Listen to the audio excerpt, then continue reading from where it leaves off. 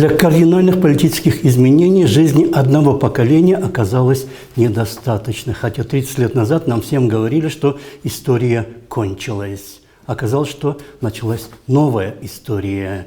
Те, кто властвовали в СССР 70 лет, просто перекрасились. Вместо ЦК появилась администрация. Вместо одной властной партии появляются чуть ли не каждый месяц новые партии, от частого изменения названия которых суть партия власти только укрепляется. И выборами власти научились очень ловко пользоваться. 4 года назад был массовый Самара-гейт, так что у Шайлдабековой очень богатый опыт. И все постепенно соглашаются с властью. И Гельдебекова переубедили, и Текебаев говорит, что оставил свой телефон на столе в кафе, так что никакого ограбления не было.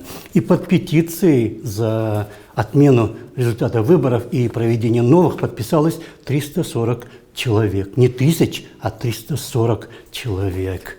Да и президент России поздравил уже кыргызские власти с успешным проведением выборов.